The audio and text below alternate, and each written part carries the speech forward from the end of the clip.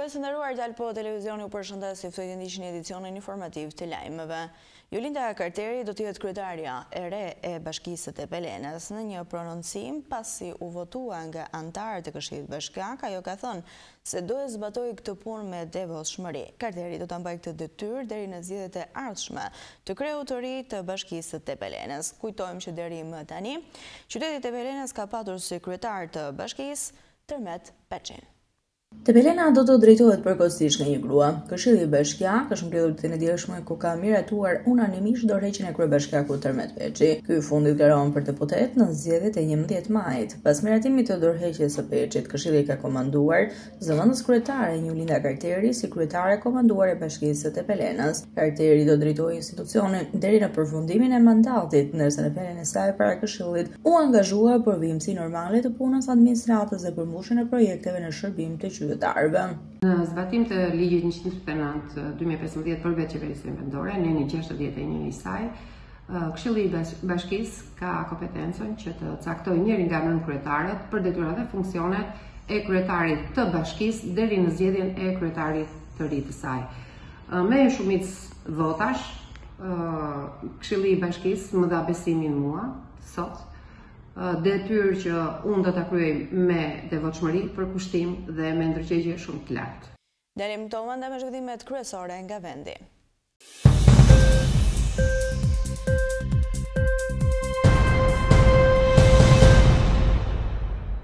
Partia Demokratike ka publikuar emrat e kandidatëve për deputet në të 12 qarqet e vendit, ku lista e deputetëve bëhet me dije se lista e mbyllur në qarkun e Tiranës janë 12 kandidat, në krye Sali Berishën. Lista e hapur përmban 37 kandidat, ndërsa në Gjirokastër lista e mbyllur përfshin një kandidat, Tritan Sheun. Lista e hapur përmban 4 kandidat, Mariklen Dervishin, Beram Hysën, Almakoren e Arben Ristanin. Edhe Partia Socialiste ka publikuar emrat e kandidatëve për deputet në të 12 qarqet e vendit. Deri më tani drejtuesit e qarqeve kanë lexuar emrat në listën e qarkut Dibër, Berat, Gjirokastër, Lezhë, Korç, Shkodër, Vlorë dhe Kukës, ku në Gjirokastër lista e mbyllur është me kandidat Mirela Kumbaron, lista e hapur Anila Dimitri, Piero Dhima, shoqëryhysi e Tërmet Peçi.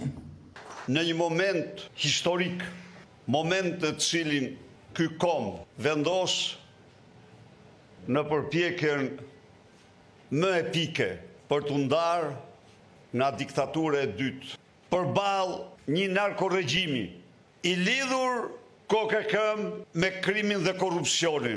Premton dhe garon me synimin e qartë fitore në zgjedhjet në qarkun e Dibërës për të bashkuar ekipit superfitues të Edi Ramës dhe Partisë Socialiste në të gjithë Shqipërinë.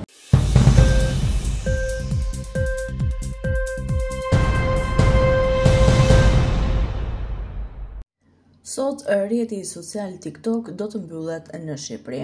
Autoriteti kombëtar për sigurinë kibernetike me shkresën numër 1196 të protokolluar me datë 10/3/2025 ka kërkuar marrjen e masave të nevojshme për bllokimin e aksesit në aplikacionin TikTok dhe infrastrukturën e tij digjitale në territorin shqiptar, duke ndërmarrë veprimet e mëposhme si bllokimi i IP-ve të TikTok në territorin e Shqipërisë, i DNS-ve dhe i SNI-ve, bllokimi i IP-ve të kompanisë ByteDance në territorin e Shqipërisë. Në shkresën e AKSK-s citohet baza ligjore dhe lista e të gjitha IP-ve dhe domenjve për të cilat kërkohet bllokimi i aksesit. Gjithashtu, secili si përmarrës duhet të paraqesë konfirmimin me shkrim në AKEP dhe përdjeni AKSK për mbylljen e aksesit IP-ve dhe domenjve të cituar në shkresën AKSK brenda datës 13 mars 2025.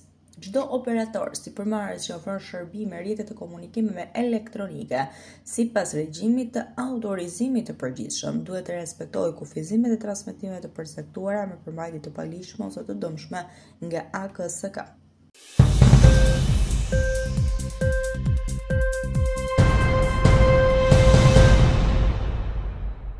Në fund të vitit 2024, detyrimet tatimore të papaguara janë arritur më tej, duke arritur në 162.5 miliard lek, apo thënë ndryshe 1.62 miliard euro, 4.7% më shumë se sa e njëjta periudhë një viti më parë. Në vlerë nominale, detyrimet u rritën në 7.37 miliard lek për gjatë vitit 2024. Referuar të dhënave nga tatimet të cilet disponon edhe Instat, pjesa e principalit të detyrimeve zë 62% të shumës totale, ndërkohë që pjesa tjetër prej 38% janë penalitete dhe kamat vonesa.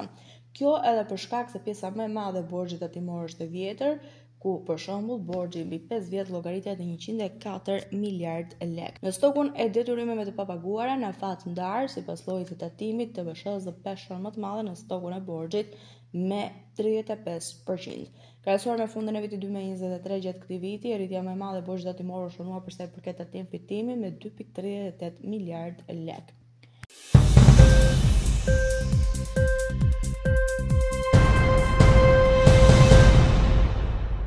Do të njihemi tashmë me informacionet më të fundit nga bota.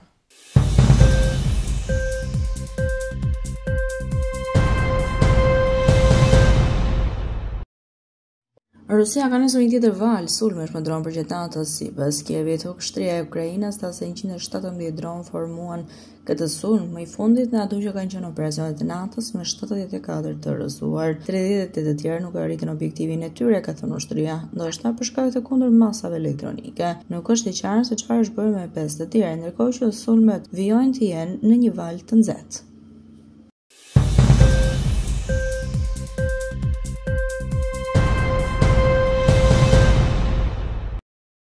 Presidenti Donald Trump ka dyfishuar të martën tarifën për të gjitha produktet e çelikut dhe aluminit që hynë në Shtetet e Bashkuara nga Kanadaja, duke çuar totalin në 50%. Vendimi që hyn në fuqi ditën e sotme vjen si përgjigje ndaj qëndrimit të provincës së Ontarios, që vendosi një tarifë 25% për energjinë elektrike që eksportohet në SBA.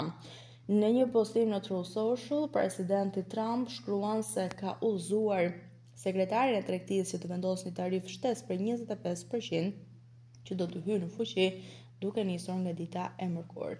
Kanadaja duhet të heqë menjëherë tarifën e saj anti-amerikane për fermerët prej 250 deri në 390% për produkte të ndryshme amerikane të qumshtit, që është konsideruar si një emergjencë kombëtare, përfshirë këtu edhe energjinë elektrike, shkruan Trump. Presidenti gjithashtu tha se do të risndjeshëm tarifat për makinat që hyjnë në Shtetet e Bashkuara më 2 prill nëse Kanadaja nuk ul tarifat e tjera skandaloze, siç i quajti ai. Kryeministri i Jashtëm i Kanadas, Mark Carney, i konsideroi tarifat e reja amerikane një sulm ndaj punëtorëve, familjeve dhe bizneseve kanadeze.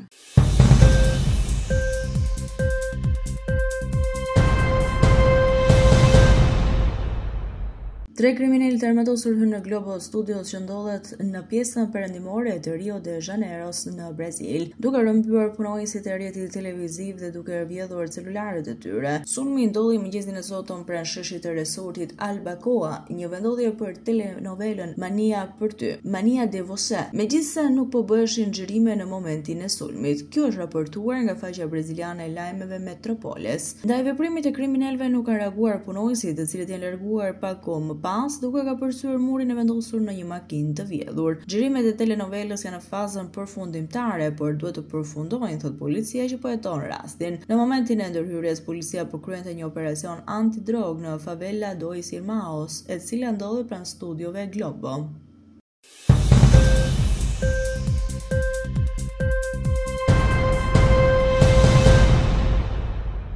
Ishte e gjithçka e përgatitur për këtë edicion informativ lajmesh. Unë ju falenderoj për vëmendjen tuaj. Bashkë mirëpafshim.